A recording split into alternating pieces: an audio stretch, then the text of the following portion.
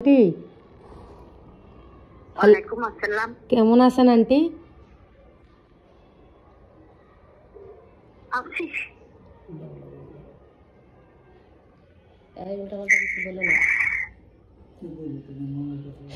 তুমি বলো কেমন লাগে তোমার কাছে? আপনারা কেমন আছেন? এই তো আলহামদুলিল্লাহ।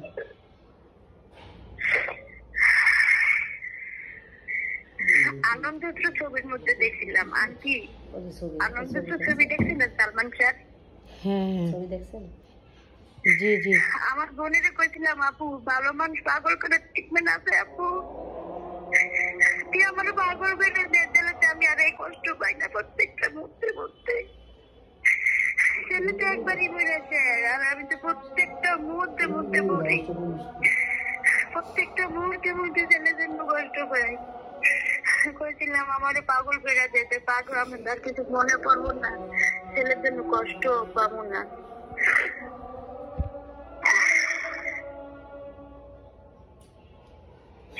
আজকে 2-3 দিন যাবৎ অসুস্থ, খুবই অসুস্থ। বিছনাতেই বলতে গেলে একটু কোন রকম একটু রান্না বান্না করি, আবার বিছনাতেই করে থাকি।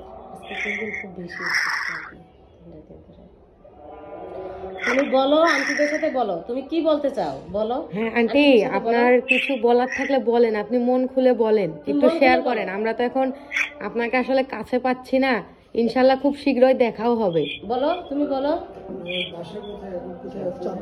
তুমি বলো তুমি কি বলতে আন্টি চাও। বলেন, আপনি কিছু বলার থাকলে বলেন, আমরা এটা একটু শুনতে চাই আপনার মনের কথাগুলো। বলো। আমি কিছুই চাই না, আমি চাই আমার ছেলের হত্যার বিচার হোক।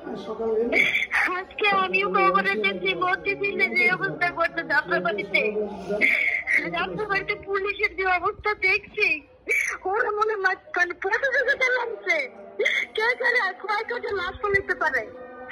ওরা মনে এরকম প্রতিযোগিতা লাগছে কে কয়টা লাশ ফেলাতে পারে। মুহূর্তের মধ্যে 17টা লাশ ফেলাই দিল।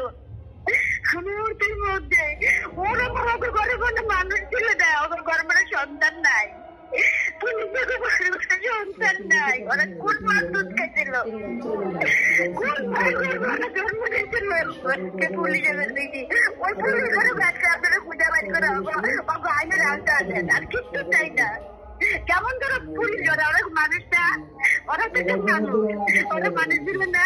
ওকে অবস্থা দেখলে, জুলাই আগস্টের পুলিশের কাণ্ড দেখলে বুঝলাম যে মানে কি ওরা কি মানুষ।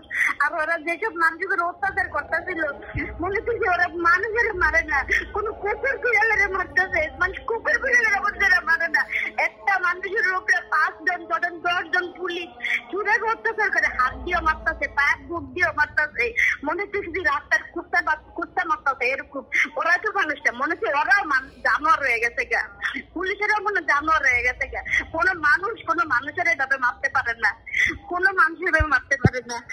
কেন রাজপথের অধিকারের জন্য নামছিল, আর তো পিস্তল নিয়ে নামে নেই, তাহলে কেন ওদেরকে গুলি করেছে? ওরা কি গুলি করার জন্য নামছে?